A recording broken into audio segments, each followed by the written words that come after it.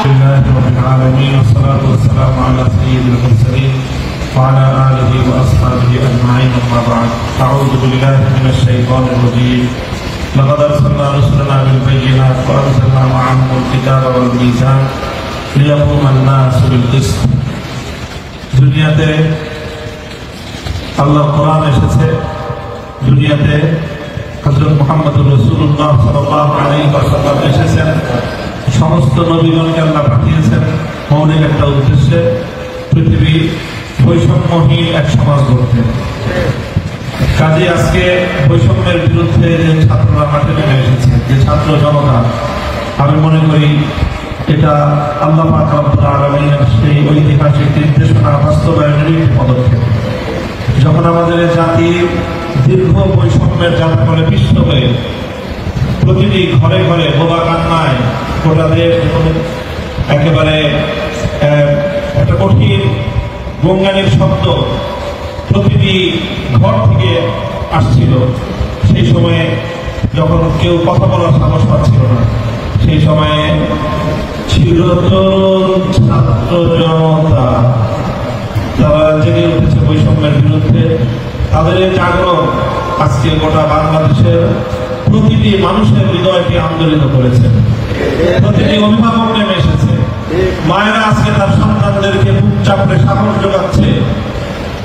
সত্যের জন্য বৈষম্যের বিরুদ্ধে আন্দোলন এবং সংগ্রামে অকাতরে প্রাণ বিলিয়ে দেওয়ার জন্য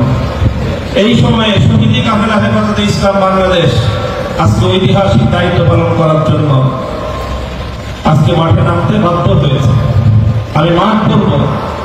আমাদের দায়িত্বশীলরা বলেছেন দোয়ার মাধ্যমে আমাদের সূচনা এর ফলে দোয়া হবে আর নতুন সূচনার জন্য এদেশে নতুন এক সূর্যোদয় হবে স্পষ্ট ঘোষণা করতে চাই আর যদি একটা গুলি চলে হেফাজতে ইসলাম বাংলাদেশ ঘরে বসে থাকতে পারবে না আমার সন্তানের লাশ নিয়ে আমরা কবরস্থানের দিকে যাব না পরবর্তী সন্তানের লাশ কাঁধে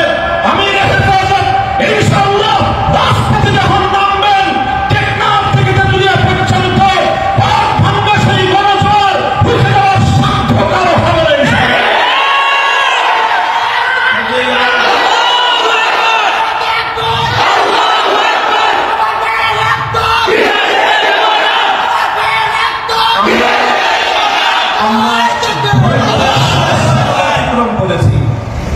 পরিস্থিতি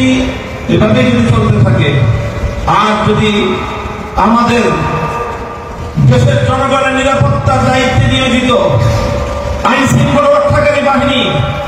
বুলেট যদি আর বন্দুকের নল থেকে আরেকটি বুলেট ছুটে তাহলে বাংলাদেশের পরবর্তী গণ অভ্যুত্থান অবশ্যম্ভাবী হবে সে অভ্যুত্থান রুখে দিয়ে কেউ পারবে না আমরা আল্লাহ পাক রব্বুল আলামিনের কাছে দোয়া করব যারা বৈষম্যের বিরুদ্ধে জীবন দিয়েছে যারা বৈষম্যের বিরুদ্ধে জীবন দিয়েছে অত্যাচারের হাতে যাদের প্রাণ গিয়েছে তারা নিঃসন্দেহে শাহাদাত বরণ করেছে কাজে সেই শহীদদের আত্মার মাগফিরাত শুধু নয় বরং শহীদদের শাহাদাতের কবুল হওয়ার জন্য আমরা দোয়া করব আল্লাহর কাছে এবং সেই শহীদদের